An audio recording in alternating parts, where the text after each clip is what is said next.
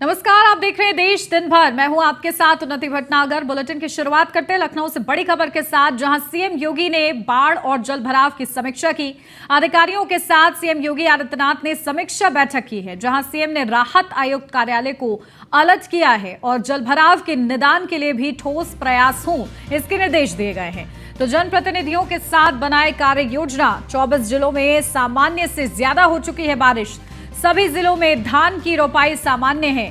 धान की रोपाई के लिए बनाए डिजिटल प्लेटफॉर्म। किसी भी तरह से यूरिया का अभाव ना हो। हर गांव में रेन गेज लगाने की कार्रवाई तेज करें। बाढ़ और जलभराव पर सीएम योगी आदित्यनाथ एक्टिव नजर आ रहे हैं। बैठक की है उन्होंने, समीक्षा बैठक की है और इस दौरान अधिकारियों को अलर्ट रहने के लिए भी कहा गया है।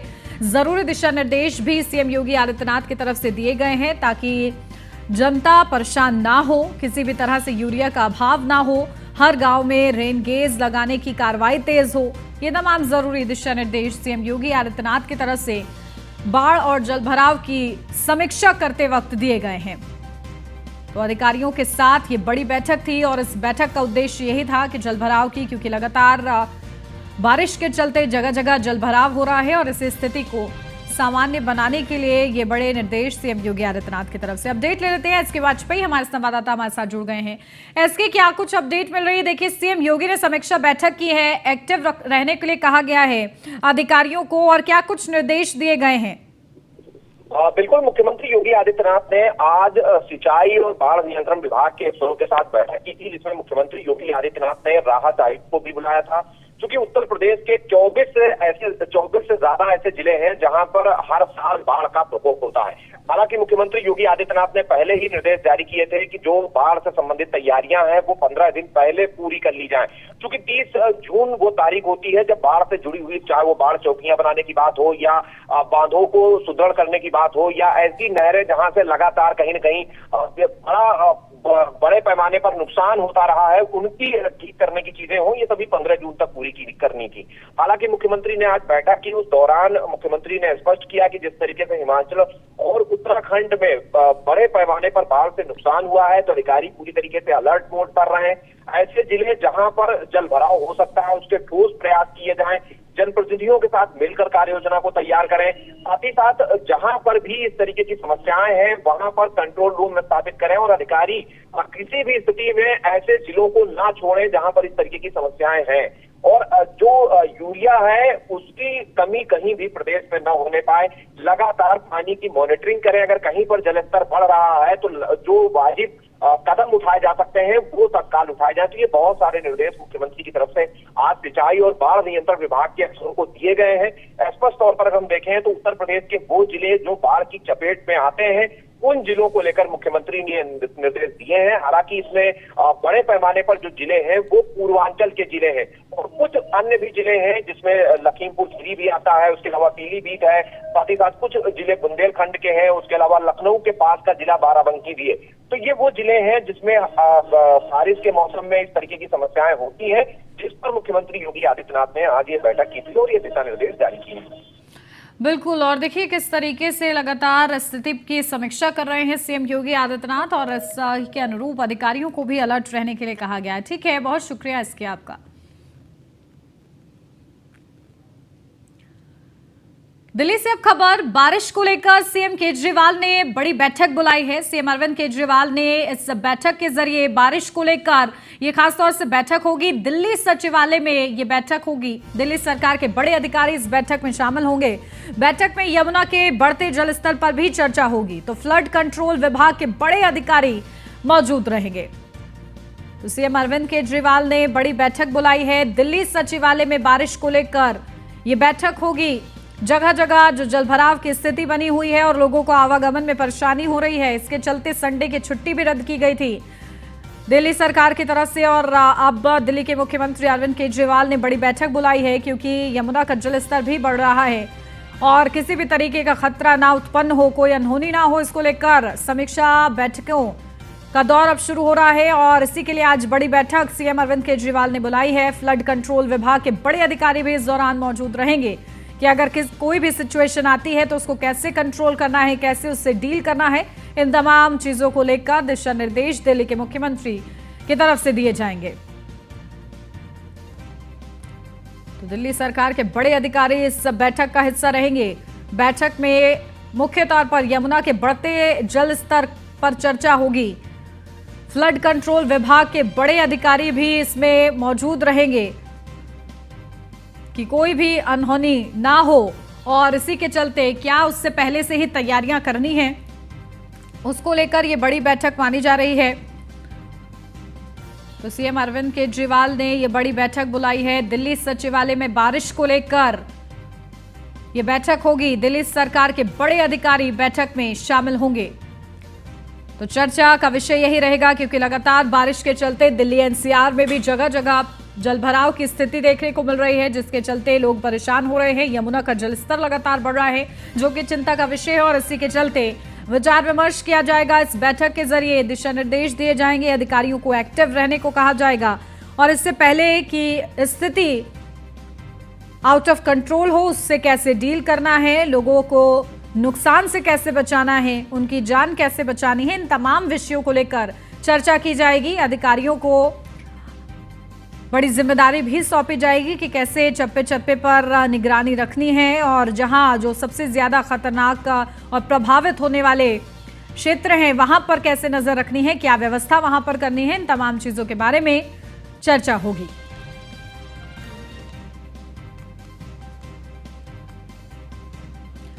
अपडेट ले लेते हैं, हमारे संवाददाता किरण पाल हमारे साथ जुड़ गए हैं। किरण, क्या कुछ जानकारी मिल रही है? देखिए, सीएम केजरीवाल ने बड़ी बैठक बुलाई है। दिल्ली एनसीआर की स्थिति हम लोग देख रहे हैं, लगातार वहां पर जलभराव की स्थिति बनी हुई है जगह जगह। क्या कुछ इस बैठक में चर्चा होगी? कौन कौन अधिकारी जो है इस बैठक का हिस्सा रहेंगे? पीडब्ल्यूडी मंत्री आदित्य मारलेना और शहरी विकास मंत्री सौरभ भारद्वाज के साथ में पीडब्ल्यूडी के जो उच्च अधिकारी है वो मौजूद रहेंगे, जो कि चर्चा करेंगे इस बात पर, क्योंकि सबसे बड़ा मुद्दा ये है कि इस समय इस बारिश के चलते जो जल भराव की समस्या वो बहुत उत्पन्न हो गई। वहीं अगर हम बात करें कि हरियाणा से जो बैराज हथनी कुंड है उसमें जो 1 लाख क्यूसेक पानी छोड़ा गया, उसके कारण दिल्ली में अब खतरा बाढ़ का बन रहा है, और इसी को लेकर जो ये बैठक है ये तुरंत बुलाई गई है। इस बैठक के अंदर बात की जाएगी कि अगर 2004 mm से पानी ऊपर बढ़ता है तो खतरे के निशान पर दिल्ली आ जाएगी, और अगर ऐसा हुआ तो लोगों को सुरक्षित स्थानों पर किस तरीके से ले जाया जाएगा। अन्य जो आपदा प्रबंधन है या एसडीएम, अन्य जो अलग अलग इलाके हैं जो बाढ़ प्रभावित क्षेत्र हैं दिल्ली के, उन या यमुना से लगते हुए जो क्षेत्र हैं, उनके सहारे से लोगों को सुरक्षित स्थानों पे पहुंचाना एक बड़ी जिम्मेवारी होगी। जैसे ही दिल्ली में 2005 मीटर के ऊपर पारा बढ़ता है, तो इसी को लेकर लगातार ये बैठकें हो रही हैं। साथ ही आपने देखा कि किस तरीके से दिल्ली में कल जगह जगह पानी भरा, कई तो जो अंडरपास है उन्हें बंद कर दिया गया है, कई जगह सड़कें धंस गई। तो ऐसे में दिल्ली एक इस समय चैलेंज वाली स्थिति में है, तो इसके लिए ये बैठक बुलाना बहुत ज्यादा हो गया था, क्योंकि केवल कल क्या हो रहा था, सभी जगह राजनीति की बातें हो रही थी, एक दूसरे पे आरोप प्रत्यारोप की राजनीति चल रही थी, परंतु दिल्ली के लोगों को किस तरीके से। बिल्कुल ठीक है किरण, आपका रुख करेंगे, लेकिन इस बीच एक और बड़ी अपडेट। भारी बारिश की वजह से टनल को कल भी किया गया था बंद, और देखिए बड़े निर्देश एहतियात के तौर पर टनल को बंद किया गया है। लगातार किसी भी तरीके का कोई खतरा ना उत्पन्न हो, दिल्ली के प्रगति मैदान स्थित टनल को बंद किया गया है। ये बड़ी अपडेट इस बीच आ रही है। तो लगातार बारिश के चलते टनल को कल भी बंद किया गया था और आज भी बंद रखने के निर्देश दिए गए हैं। किरण, हमारे संवाददाता लगातार बने हुए हैं। किरण, देखिए एहतियात के तौर पर टनल भी बंद कर दी गई है ताकि किसी भी तरीके से कोई अनहोनी ना हो। प्रगति मैदान की ये टनल है, कल भी बंद थी, क्या कुछ और अपडेट मौके से? जी, प्रगति मैदान की टनल को बंद कर दिया गया है, क्योंकि प्रगति मैदान के साथ साथ मिंटो ब्रिज की अगर बात करें, कनॉट प्लेस के अन्य एरियो की बात करें, सभी जगह जल भराव की स्थिति पैदा हो गई है, और इस जल भराव के अंदर कहीं ना कहीं एक जाम की स्थिति बड़ी उत्पन्न हो रही है।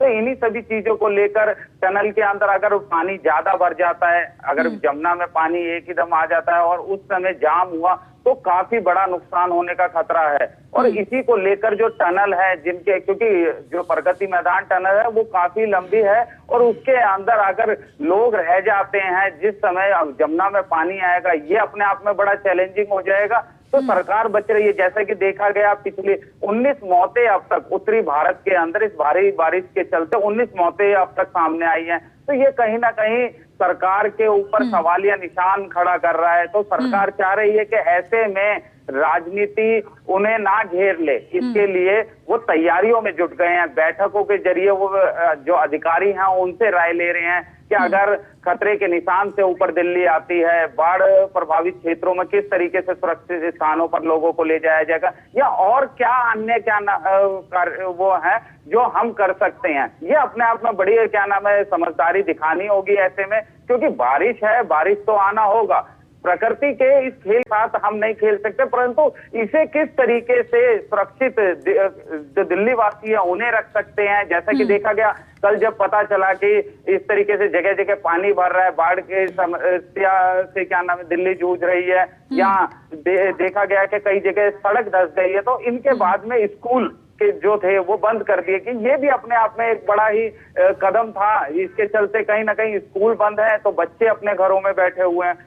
दिल्ली की सड़कों पर एक बड़ा ही, क्योंकि जिस परिवार का मासूम जाता है वो बड़ा ही क्या बताएं उसके दुख का कारण, परंतु ये जो दुख है वो कहीं ना कहीं कम किया जाए, इसी को लेकर सारी ये रणनीतियां चल रही हैं। और बैठक के अंदर जो अधिकारी है वो अपने एक्सपीरियंस के साथ में नए नए सुझाव देंगे किस तरीके से सरकार को इस कदम, क्योंकि ये जो भारी बारिश बताई जा रही है एक लंबे अरसे के बाद है। और देखा इससे ये भी पता चल जाएगा कि पीडब्ल्यूडी के अधिकारियों ने कितनी नालों की सफाई की है, कितना जो गाद है वो निकाल कर फेंका है। ये भी अपने आप में कहीं ना कहीं पोल खोलने वाली बात होगी। और दिल्ली को अगर इस बार बाढ़ के खतरे से दिल्ली ऊपर होती है और नुकसान ज्यादा हुआ तो उसके लिए केवल सरकारें जिम्मेवार ठहराई जाती है। तो इसके लिए ये सरकार की जिम्मेवारी है। ऐसे में सरकार को अपनी जिम्मेवारियों को निभाना चाहिए और इस बैठक के अंत में पता चलेगा किन अन्य चीजों को भी बंद किया जा सकता है, क्योंकि बाढ़ प्रभावित जो क्षेत्र हैं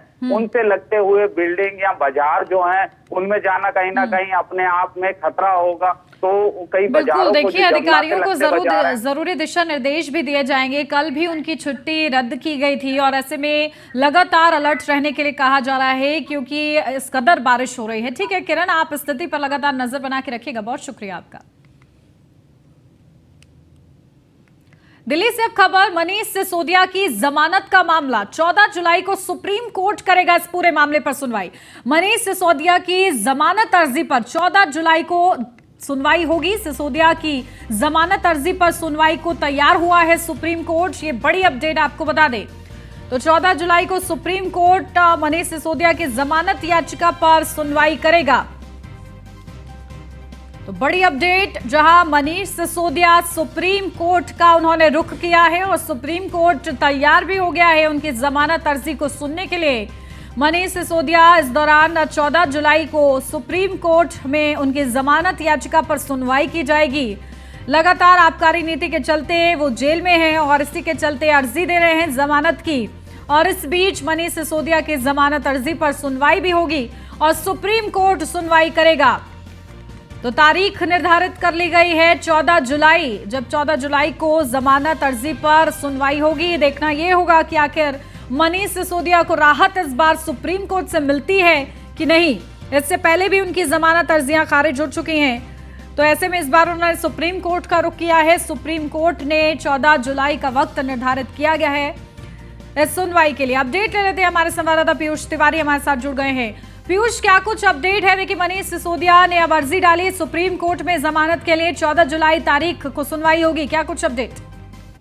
बिल्कुल, हम बात करें तो दिल्ली के पूर्व डिप्टी सीएम मनीष सिसोदिया की जमानत का पूरा ये मामला है और सुप्रीम कोर्ट में मनीष सिसोदिया की ओर से याचिका डाली गई थी और सुप्रीम कोर्ट ने आज कहा है कि 14 जुलाई को इस पूरे मामले में सुनवाई होगी और कहीं न कहीं मनीष सिसोदिया की जमानत याचिका पर सुप्रीम कोर्ट सुनवाई करने के लिए तैयार हो गया, क्योंकि सुप्रीम कोर्ट के जो वरिष्ठ वकील है अभिषेक मनु सिंघवी, उन्होंने सीधे तौर पे चीफ जस्टिस ऑफ इंडिया के पूरे मामले में सुनवाई की मांग की थी, यानी कि जल्द से जल्द कहा था उन्होंने कि इस मामले में सुनवाई हो। इसके साथ ही मनीष सिसोदिया की पत्नी को 2 बार अस्पताल में भर्ती कराया जा चुका है, ये भी अभिषेक मनु सिंघवी की ओर से सुप्रीम कोर्ट में कहा गया। तब इस पूरे मामले में 14 जुलाई को सुनवाई होगी। अब देखने वाली बात होगी, क्योंकि बताया जा रहा है कि दोनों ही मामले, चाहे सीबीआई वाले मामले की बात करें या ईडी वाले मामले की बात करें, दोनों ही मामले में कहीं न कहीं जमानत को लेकर याचिका सुप्रीम कोर्ट में डाली गई थी। तो अब देखने वाली बात होगी कि 14 जुलाई को जब सुप्रीम कोर्ट सुनवाई करता है तो इस पूरे मामले में क्या कुछ कहीं ना कहीं सुनवाई होती है और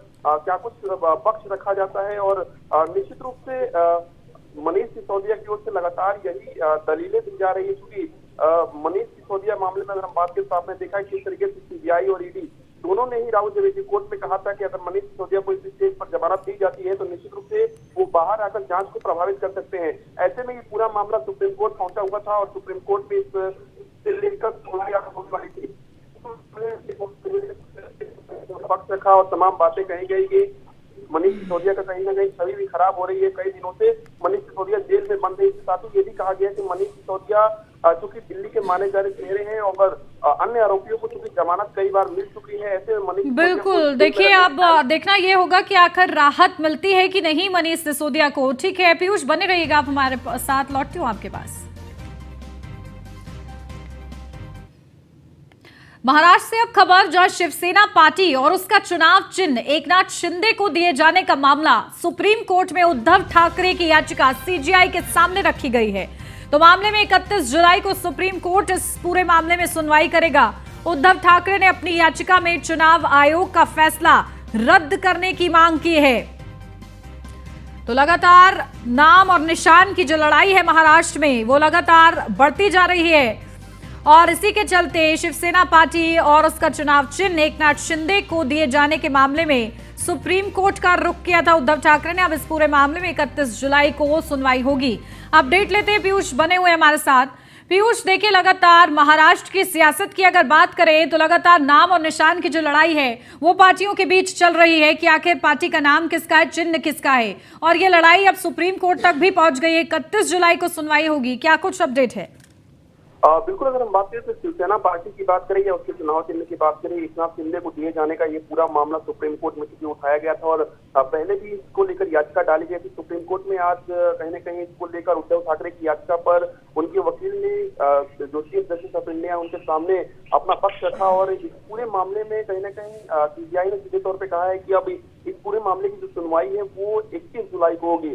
और आपने देखा कि किस तरीके से उद्धव ठाकरे की ओर से याचिका में ये कहा गया था कि चुनाव आयोग का फैसला जो है वो कहीं न कहीं रद्द किया जाए और जो निश्चित रूप से तीर धनुष चुनाव चिन्ह जो है और पार्टी पर शिंदे को अधिकार इलेक्शन कमीशन ने दिया था उस दौरान आपने देखा, और उसी को लेकर एक सुप्रीम कोर्ट में याचिका दाखिल की गई है। और इस पूरे मामले में जल्द से जल्द सुनवाई के लिए शिवसेना गुट की अगर हम बात करें, उद्धव ठाकरे गुट की अगर हम बात करें तो उन्होंने एक रजिस्ट्री पत्र लिखकर इस पूरे मामले में सुनवाई के लिए इस पूरे सुनवाई के लिए सूचीबद्ध करने के लिए सुप्रीम कोर्ट से मांग की थी। अब इस पूरे मामले में जो सुनवाई है वो 21 जुलाई को होगी। अब 21 जुलाई को देखने वाली बात होगी कि एकनाथ शिंदे की ओर से क्या कुछ जवाब दिया जाता है, वहीं उद्धव ठाकरे की ओर से सुप्रीम कोर्ट में क्या कुछ दलीलें दी जाती है और सबसे बड़ी बात है कि इस पूरे मामले में सुप्रीम कोर्ट की ओर से क्या कुछ फैसला आता है या कोई अगली तारीख इस पूरे मामले में सुनवाई के लिए दी जाती है। बिल्कुल, और देखिए किस तरीके से सुनवाई के दौरान आखिर ये जो जंग है इसमें कुछ अंकुश लगता है कि नहीं, ये भी देखना होगा। ठीक है, बहुत शुक्रिया पीयूष आपका तमाम जानकारी के लिए।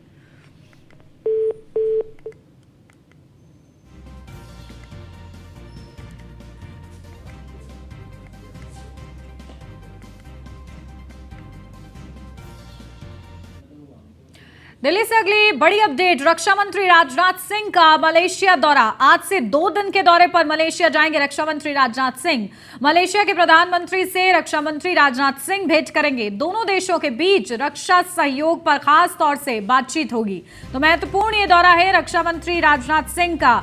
2 दिवसीय मलेशिया का दौरा बताया जा रहा है, जहां इस दौरे के दौरान मलेशिया के प्रधानमंत्री से मुलाकात करेंगे रक्षा मंत्री राजनाथ सिंह। दोनों देशों के बीच रक्षा सहयोग पर बातचीत होगी। तो बड़ी अपडेट, मलेशिया के प्रधानमंत्री से मुलाकात करेंगे अपने इस दौरे के दौरान रक्षा मंत्री, और खास तौर से रक्षा सहयोग पर बातचीत होगी। रक्षा मंत्री होने के नाते उनका ये खास दौरा बताया जा रहा है। मलेशिया का 2 दिवसीय ये दौरा होगा, जहां आज से 2 दिन के दौरे पर मलेशिया जाएंगे रक्षा मंत्री, और इस दौरान भारत के लिए रक्षा सहयोग के मुद्दे पर वो खास तौर से चर्चा करेंगे।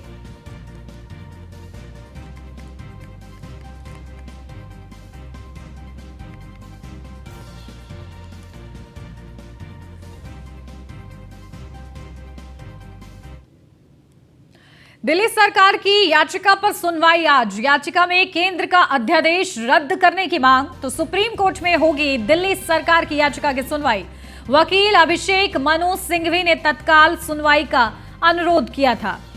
तो लगातार दिल्ली सरकार केंद्र के अध्यादेश के खिलाफ हल्ला बोल रही थी और इस बीच सुप्रीम कोर्ट में आज इस पूरे मामले को लेकर सुनवाई होगी। सुप्रीम कोर्ट का क्या रुख रहता है इस पूरे मामले में, यह महत्वपूर्ण रहेगा और लगातार न्यूज़ 1 इंडिया की नजर भी इस बड़ी खबर पर बनी रहेगी। तो याचिका में केंद्र का अध्यादेश रद्द करने की मांग की गई है। सुप्रीम कोर्ट में अब इस पूरे मामले की आज सुनवाई है। तो वकील अभिषेक मनु सिंघवी ने तत्काल सुनवाई का अनुरोध किया था, जिसे सुप्रीम कोर्ट ने स्वीकार करते हुए आज का समय निर्धारित किया है सुनवाई के लिए। तो आज ये बड़ी सुनवाई होगी जहां केंद्र के अध्यादेश के खिलाफ दिल्ली सरकार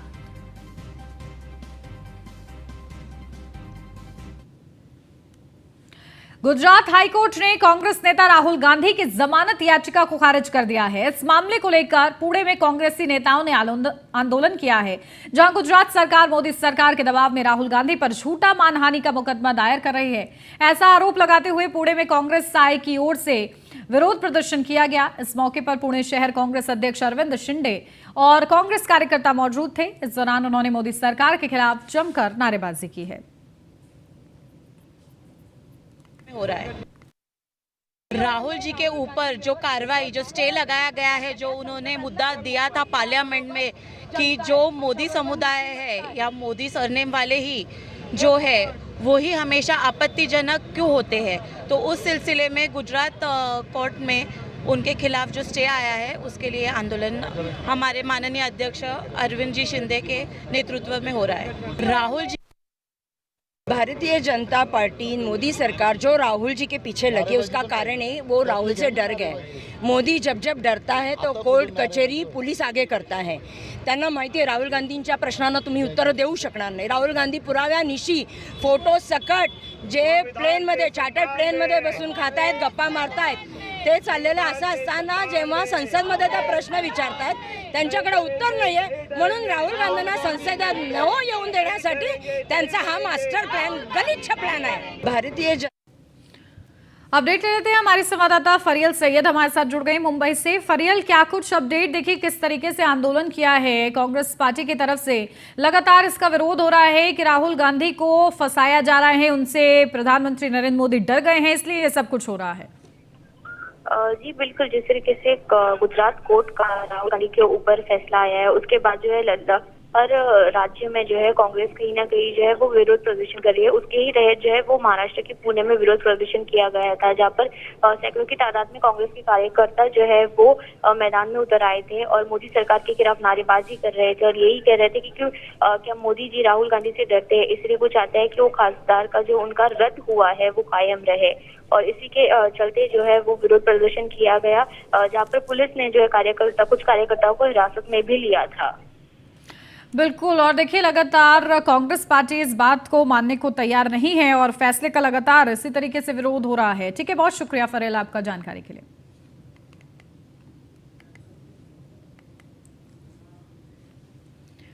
आम आदमी पार्टी के वर्सोवा अध्यक्ष और मुंबई प्रदेश समिति के सदस्य संजय बेदिया गिरंगवाकर को आज वर्सोवा पुलिस ने हिरासत में ले लिया, क्योंकि उन्होंने उपनगर में आम आदमी पार्टी की एक रैली का नेतृत्व करने की योजना बनाई थी। आम आदमी पार्टी आज यारी रोड से लोखंडवाला तक रैली निकालने वाली थी और रैली को रोकने के लिए पुलिस ने संजय बेदिया को हिरासत में ले लिया। पार्टी के नेता और स्वयंसेवक वर्सोवा पुलिस स्टेशन में एकत्र हुए और पुलिस की मानहानि के खिलाफ, मनमानी के खिलाफ विरोध प्रदर्शन किया है।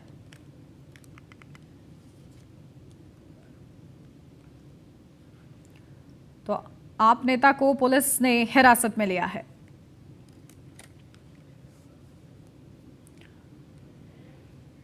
और इसी के साथ इस बुलेटिन में बस इतना ही। खबरों का सिलसिला आगे भी जारी रहेगा। आप बने रहिए न्यूज़ 1 इंडिया के साथ।